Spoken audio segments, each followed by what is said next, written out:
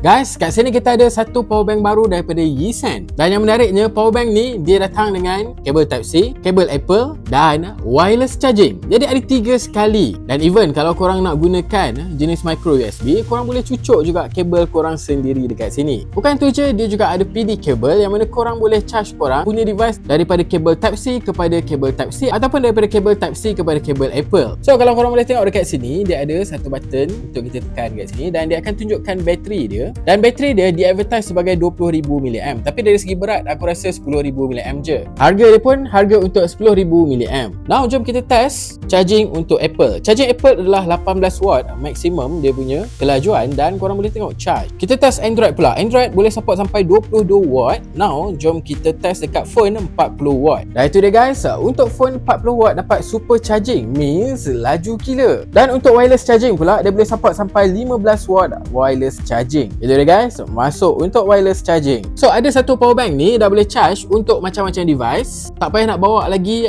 benda-benda macam plug dan sebagainya. So guys, kalau korang berminat, check out terus dekat beg kuning kat bawah.